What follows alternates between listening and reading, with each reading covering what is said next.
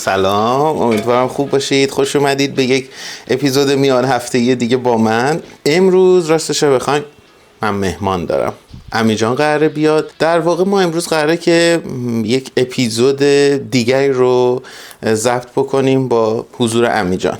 من چه کار دارم میکنم؟ روال همیشگی ما این شکلیه که وقتی امی جان روزی که میاد پیش من نهار میخوریم، مثلا یه ذره گپ و گفتی میکنیم. خب ما هم خیلی وقت همدیگه رو ندیدیم، معمولا اینطوری میشه دیگه. نهار میخوریم، صحبت میکنیم از این در و از اون در. کم کم مثلا از بعد از ظهر شروع میکنیم به فیلم برداری. تا به الان اینطوری بوده. و خب من الان کاری که دارم میکنم اینه که دارم نهار درست میکنم و با خودم گفتم که چی از این بهتر از اونجایی که این توی اون اپیزود دیگه سخته که جا بگیره و اون اپیزود طولانی میشه. شما احتمالاً اولین اپیزود رو میبینید و بعد اون اپیزود رو آخر هفته میبینید. الان کاری که داریم میکنیم اینه که قبل از اینکه امی جون برسه داریم تدارکات نهار رو میبینیم، چی قراره درست کنیم. امینه تا اونجا که من میدونم رژیمه، یعنی یک مراقبت‌های غذایی داره مدتیه و خب چه بهتر که وقتی شما مهمانی دارید که میدونید رژیمه، زیاد غذاهای وسوسه کننده براش درست نکنید.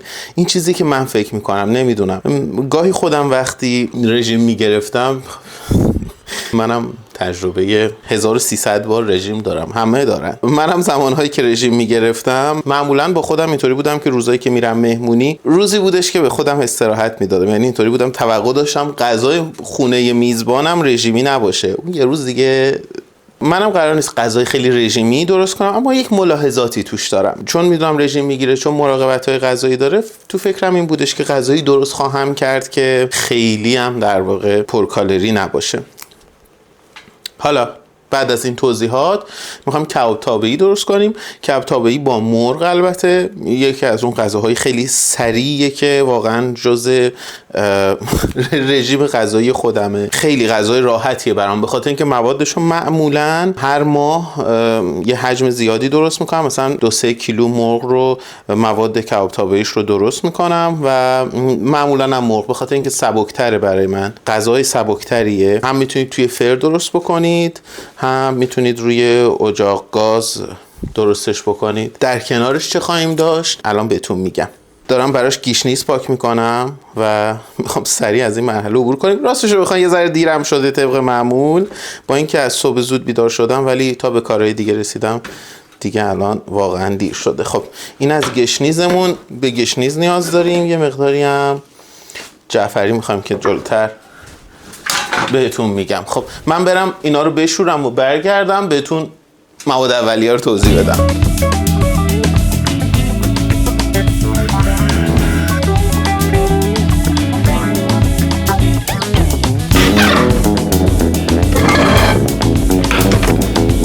خب بریم. گشنیز جعفری هم شستم و تمیز کردم. به حدود 700 تا 900 گرم مرغ بدون استخون نیاز داریم. اینکه چه میزان از سینه یا رون میخواین استفاده کنید به خودتون بستگی داره. طبیعیه که هرچه از رون بیشتری استفاده بکنید، کباب تابعی نهاییتون یه مقداری آبدارتر میشه چون چربی بیشتری داره، و اگر از سینه کاملا استفاده کنید خشکتر میشه، اما کالری کمتری خواهید داشت. زیاد نباشه. اینجا به این ترکیبمون یکی از چیزایی که میتونیم اضافه بکنیم که در واقع رطوبت مرغ هامون رو حفظ بکنه و البته به خودش بگیره و حفظ بکنه، میتونید مثلا تکه‌ای نان رو، مثلا نان توست رو کمی بخیسونید، بعد آبش رو کاملا بگیرید و اضافه کنید به این ترکیبتون. میتونید مثل من این جوی پرکه، حالا جوی دو سره، هر جوی، یک قاشق غذاخوری، این مدل فوریشه، همین بین خورد میشه و بخشی از آب مازاد رو به خودش میگیره. تکایی هم اگر توش بمونه ایرادی نداره. در ادامه این ادویه ها رو ما بهش اضافه خواهیم کرد. ادویه های ما شامل یک قاشق چایخوری پودر پاپریکا، یک قاشق چایخوری پودر فلفل چیلی، یک قاشق چایخوری پودر دارچین، یک قاشق چایخوری زیره که من اگه قاشق بریزم طعمش رو میفهمم و زیره رو اونقدی دوست دارم، به اندازه‌ای دوست دارم که طعمش رو نفهمم. من میکنم نیم تا 1/3. شما میتونید همون 1 قاشق اگر طعم زیره رو دوست دارید بریزید، ولی وقتی کمترش میکنم خوش طعمش میکنه راستش رو بخواید. 1 قاشق چایخوری پودر سیر و پودر پیاز اگر دارید. اگر پودر پیاز ندارید، چون بهتون میگم خود پیاز رو کی اضافه میکنیم، من یه مقداری اینجا پیاز خشک دارم که خودم خشکش کردم، یه ذرم از این میریزم، از این پیازهای خشک. شما میتونید 1 قاشق پودر پیاز بهش اضافه بکنید. خب دیگه چی؟ روغن زیتون برای اینکه رطوبتش رو حفظ کنه. اگه دلتون نخواست میتونید این مرحله رو هم حذف کنید اگر رژیمی تر میخواین. زست لیمو کمی، حدوداً 1 قاشق چایخوری هم زست لیمو بهش اضافه کنید. میتونید زست نارنج بهش اضافه کنید. من یه ذرم نارنج دارم و بهش نارنج اضافه میکنم. خب سرکه سیب یا آب لیمو ترش هم مقدار کمی بهش اضافه کنید. این از این.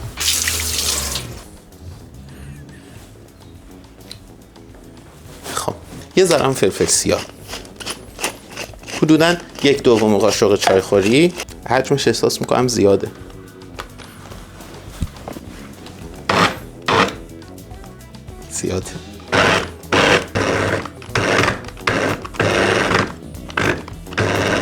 ببین میتونم این دستگاه‌م بسوزونم. معلومه زیاده.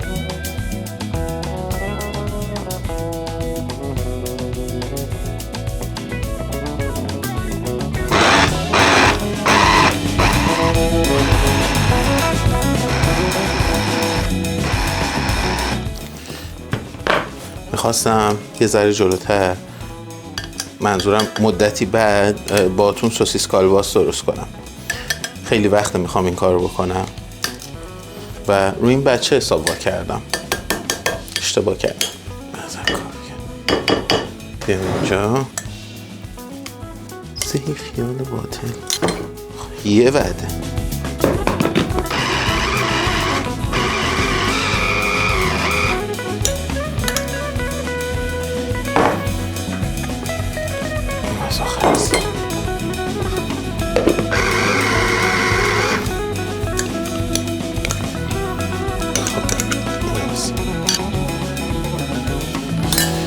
پیاز رو این مرحله اضافه میکنم بهش و نمیخوام که پیاز خیلی رنده بشه و آب از خودش پس بده. بنابراین یه پیاز رو خورد و نگینیش کنید.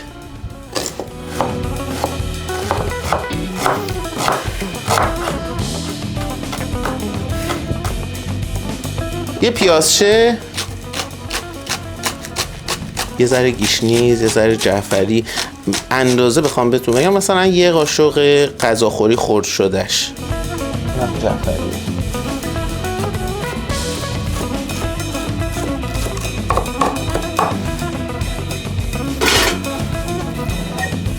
خیلی خوب میشه اگر حدوداً 1 ساعت بهش استراحت بدیم.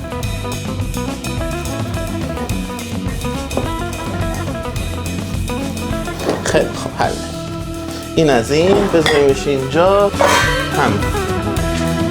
بریم سریع برنجمون رو درست کنیم.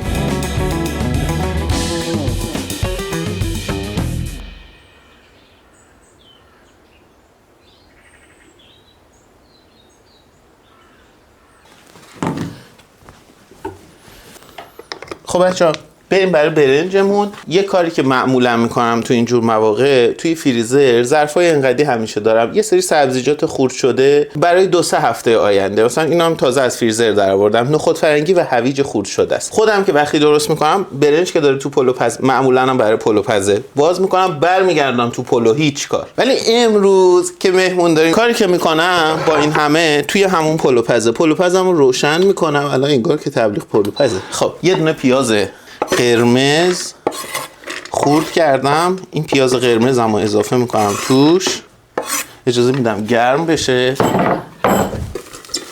یه ذره بهش روغن زیتون میزنم. نمیدونم من قبلا بهتون گفتم نگفتم چقدر عصای دستمه.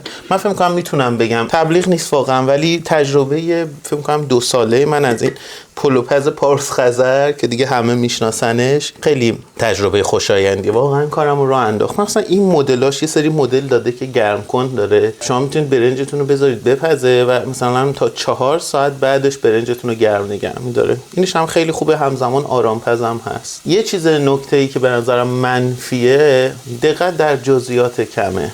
این به نظرم خیلی حیفه واقعا. یه همچین چیزی که از نظر کارآمد، توانایی، عملکرد در دراز مدت همه چیزش خوبه، برای من خیلی چیز مهمیه. راستش بخواین این لیبل جلو و این ماجرای جلو خیلی ضعیفه. یه مقداری در محصولات ایرانی در بخش طراحی ضعیف عمل کردیم، مثلا کیفیتش هم خوب نیست میبینید، ولی کلا طراحیش حیف نیست. این چیه واقعا؟ میتونه خیلی طراحی درست درمونتری بشه، ولی عملکرد عالی. به نظرم برنج ایرانی و پلوپز ایرانی بهتر در میاره. خیلی به موقع، سه حالت تعدیق داره و قشنگ دیگه واقعا تبلیغ شد. خب این پیاز قرمزمون رو میبینید که به بخارم افتاده. بذارین اینم درشو باز کنم، دخش باز شده کاملا. نخود فرنگی، پیاز، هویج، این ترکیبات پلومونه. اگه دلتون خواست میتونید توش کمی مثلا گشنیز خورد شدم اضافه کنید. من سرآخر روش میریزم، دلم نمیاد الان بریزم گشنیز از رنگ و رو بیفته. همین که پیازمون یه کمی سبک شد که الان شده، یه مقداری که سبک شد باقی سبزیجاتم بهش اضافه میکنم. یه ذرم اجازه میدم اینجا با هم یه تفتی بخورن. الان رفتم توی یخچال رو نگاه کردم، دیدم یه نصف فلفل دلمه‌ای از سالاد دیشبم مونده، بنابراین تا سبزیجاتم هنوز فرصت داره اینم خوردش میکنیم و اضافه میکنیم توی سبزیجاتمون که خوش طعمش میکنه.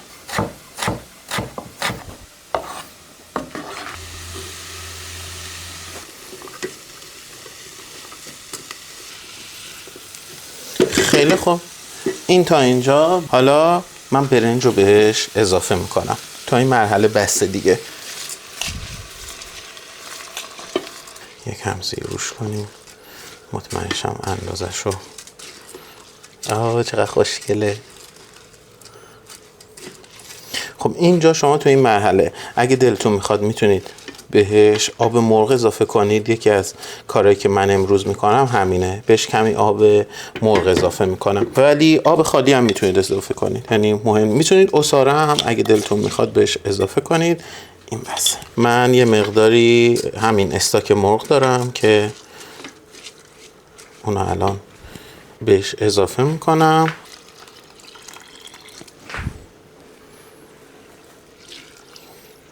همین الان خیلی خوش عطره.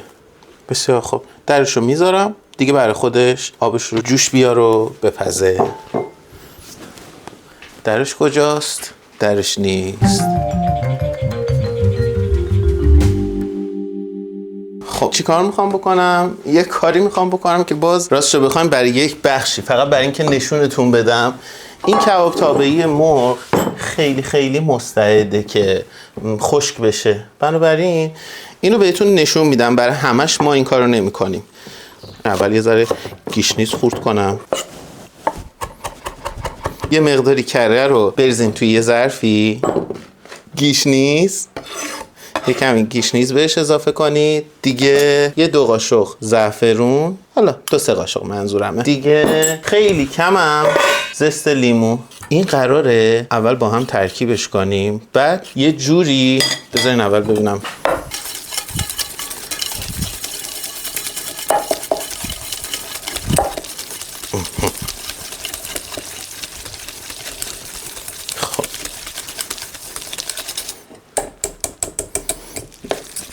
این در واقع یک تره طعمدار خیلی سریعه که الان با هم درست کردیم. گیشنیز، زست یا پوست لیمو و زعفران. اینو بین یه 2 تا کاغذ روغنی مثلا پهنش میکنیم، میذاریم تو فریزر خیلی سریع تا زمانی که میخوایم کباب تابعیمون رو درست بکنیم. بعد تیکای تردشو مثل خامه بستنی سنتی هست میذاریم وسط کباب تابه‌ایامون. اون بین دورش احاطه شده این آب میشه و اینا، ولی برای عمیا یه علامتی چیزی میزنم و برای اون نمیزنم، این کارو نمیکنه. ولی این نتونستم دوباره جلوی خودمو بگیرم. درسته گفتم میخوام چیز باشه، ولی گفتم بهتون بگم اگه دلتون میخواد که یه مقداری کباب تابه‌ای آبدارتری داشته باشید، این یکی از اون راهکاراست. خب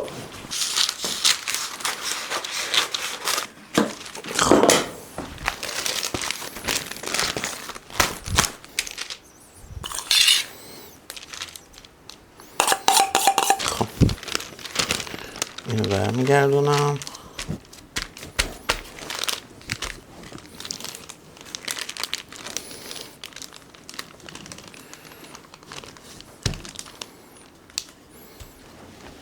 قطرش خوبه. اینو میرم میذارم تو فریزر. یه نیم ساعتی که بمونه قشنگ خودشو میگیره، تخته میشه. بعد موقعی که داریم کباب تابه‌ایامون رو آماده میکنیم من میارمش بیرون. نیم ساعت تقریبا کافیه براش. یه نگاه به برنج بندازیم. به به.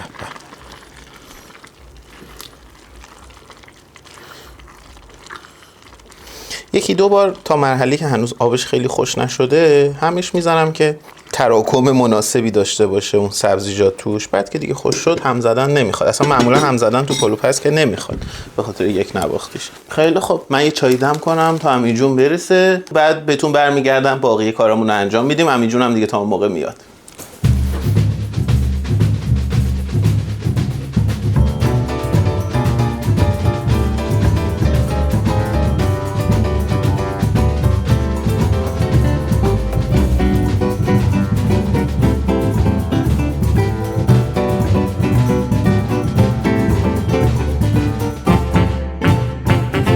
خوش اومدی، قدم رنجه کردی. قربونتون برم. گفتم بهت کیک تولدم میخوام چی درست کنم امسال. نه یه چه طعم تازه. شوک دبل چاکلت. نه آها. عشقم. البته یه چیزی هم بگم امسال فکر کنم سال تغییره.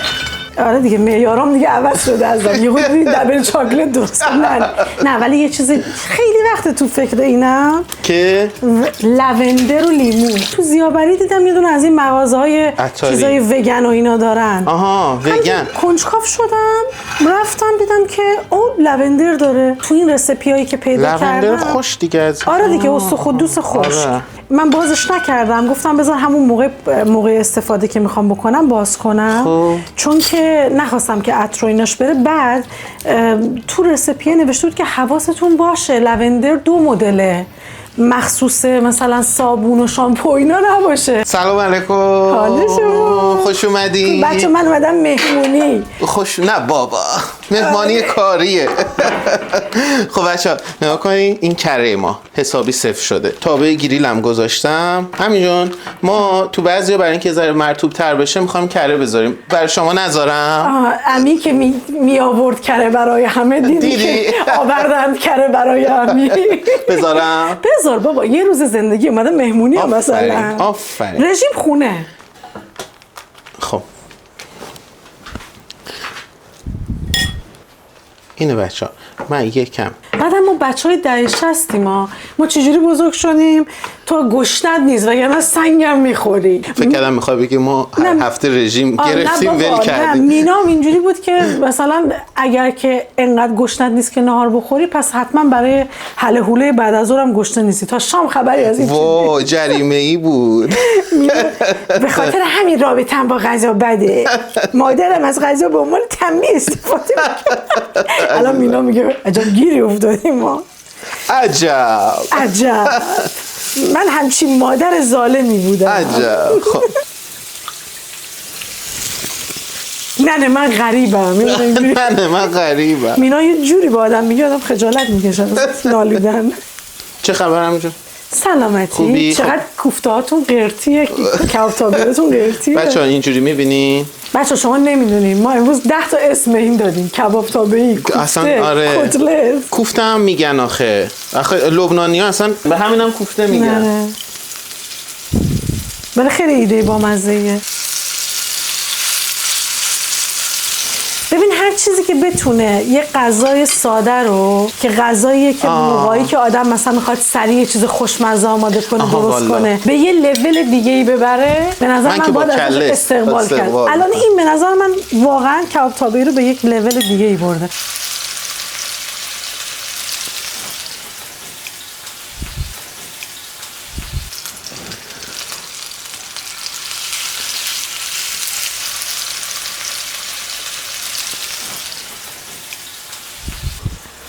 عجب. خب کیک لونده و لیمو. بله، کاش لوندرش رنگ داشته باشه قشنگ، یه بنفش خوشگلی باشه.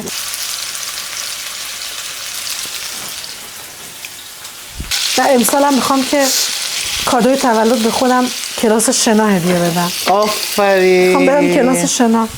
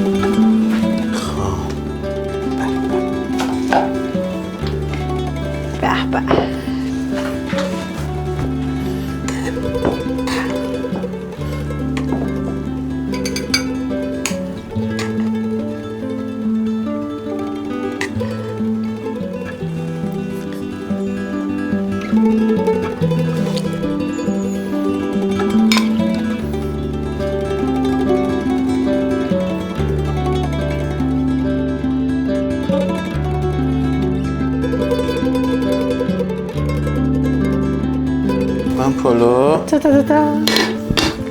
با چقدر خوب شد فصل نارنج دوباره. وای من عاشق این. یعنی همه میوه‌های تابستونی فدای سر نارنج. بازش کنم ببینم کرش چجوریه، در چه وضعیتی. دیگه رفته نه؟ ولی اثراش هست. نگاه این زردی کره. ببین. آب داره. تمام شو که چیزی کمو که هست. عالی. متشکرم. نوشی جون. نارنج میخواد، یه ذره ترشی میخواد. خب بچه‌ها قربونتون، ما نهار بخوریم، بعد پشت این ویدئوی بعدی رو بگیریم و دیگه بریم دیگه. امیدوارم لذت برده باشین. خیلی زود آخر هفته ویدئوی بعدی رو با امین جون خواهید دید. امین جون دمت گرم. خیلی زود میبینیمتون دوباره. آخه بفرمایید.